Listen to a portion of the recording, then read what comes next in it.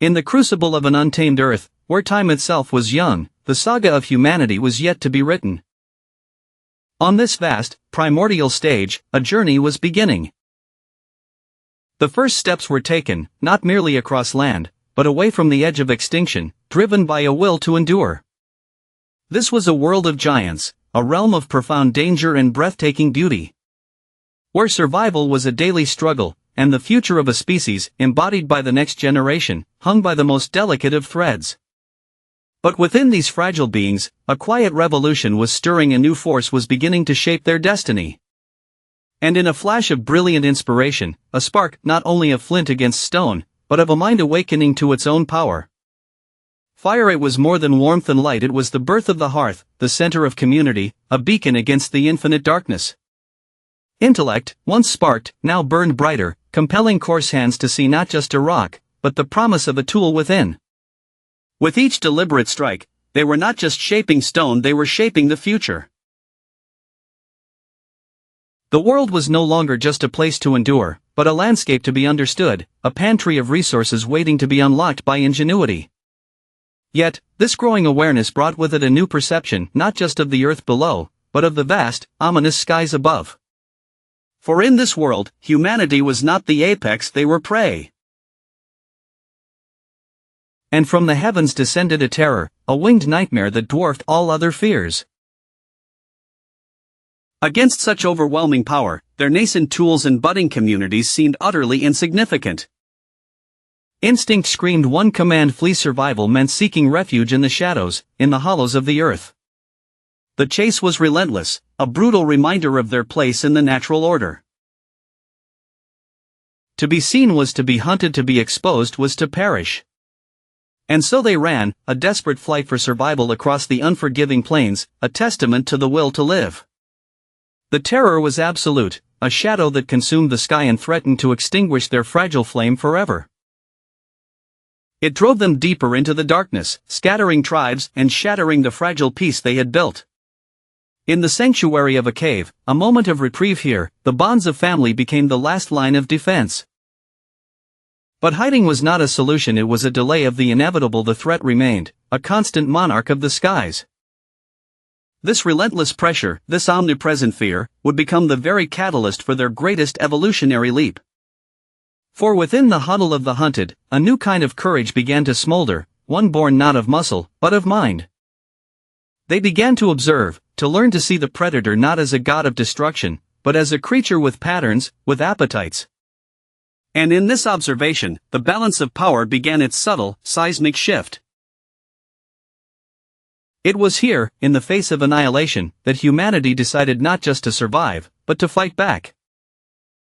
Fear, the oldest of instincts, was now being challenged by a nascent power. Foresight in the dust, they etched not just a plan, but a declaration of defiance. Cooperation, once a simple act of gathering, now evolved into a complex symphony of engineering and shared purpose. They were crafting more than a trap, they were weaving their intellect into the fabric of the landscape itself. Every sharpened stake, every dug pit, was an act of rebellion against the tyranny of nature. They would use the beast's own hunger, its own primal instinct, as the instrument of its demise. This was the dawn of strategy, the moment prey began to think like a predator. The plan required coordination, trust, and a shared understanding of a future they intended to create together. Using bait, they would lure the ancient terror from its throne in the sky down to their own domain, the earth. From the rocks, they watched, their primitive clans united by a single, audacious goal. The stage was set, intellect had laid its trap for instinct. The scent of an easy meal was an irresistible call, drawing the creature toward its carefully constructed fate. The moment of truth arrived, a battle not for territory, but for the dawn of a new era. The trap is sprung, the titan is grounded, its power negated by the simple physics of wood and earth. For the first time, the monster knew fear, ensnared by the ingenuity of the creatures it had hunted. And now, those who had fled emerged from the shadows, armed not only with spears, but with the courage of a unified purpose. The hunt was reversed, the roles, irrevocably, had changed. This was humanity's first war, a war against the primal forces that had kept them in darkness for millennia. Every blow struck was a blow for their children, for a future free from the shadow in the sky. The struggle was brutal, a chaotic dance of desperation and newfound dominance. The Titan, once a symbol of insurmountable power, was brought low. In its final moments, it faced not a scattered group of prey, but a coordinated and relentless new power. The killing blow was delivered, sealing a victory that would echo through the ages. The age of monsters was ending, the age of man had begun. Over the vanquished foe, a cry of triumph, a declaration to the world that a new intelligence now ruled this land. Their victory was consecrated in ritual and celebration. Through dance and chant, they reinforced the communal bonds that had made the impossible possible.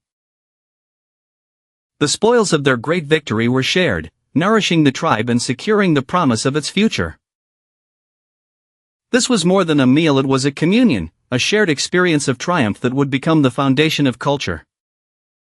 As the sun set on a world transformed, they gathered around the fire, no longer as frightened creatures of the dark.